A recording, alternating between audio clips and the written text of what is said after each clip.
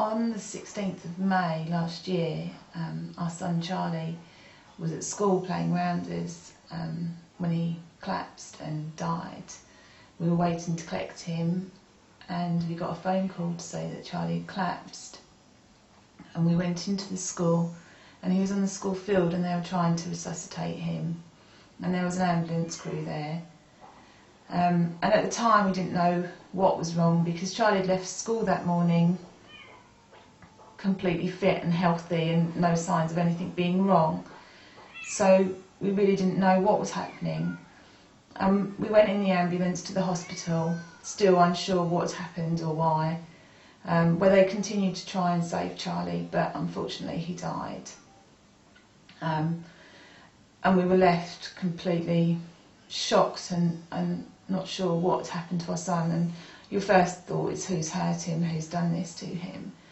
And then a little while later we found out he'd died from sudden death syndrome, and he'd been playing rounders. He'd hit the ball, he'd run round once, he was running for the second lap and he just collapsed and his heart stopped. The devastation that Charlie's death caused our family is quite overwhelming. From the minute we were at the hospital, we were there, our friends were there, our family was there. Nobody knew what was happening, why it was happening. It's quite undescribable, the pain and the loss you feel daily and the questions that roll through your head. Why us? Why Charlie? Why would this happen? And still not quite understanding how someone's heart just stops at 8 years old, fit and healthy, playing rounders, and that's it. Obviously for Holly, his sister, she finds it incredibly hard. She was 4 at the time. She can't understand where Charlie's gone, why Charlie's gone. Our other daughter, Scarlett, I was pregnant at the time.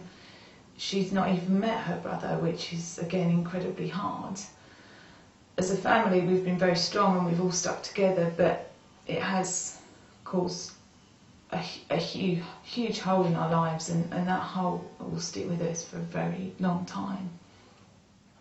Charlie's hopes for the future, he always said he wanted to be famous. That was his goal in life. I'm not sure, he wasn't quite sure how or how he was going to get there, but he wanted to be famous.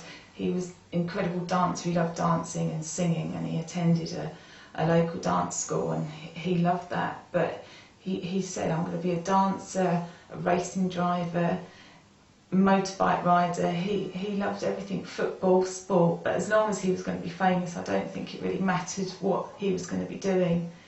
Entertaining people was his real favourite thing, be it jokes or doing well in his sports. He just loved to entertain, and I think that's probably the hardest thing you have to live with, is knowing that we'll never know what Charlie was going to do.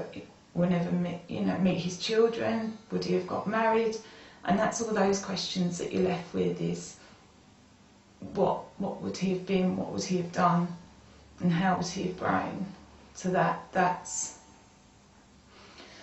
quite a hard one to live with.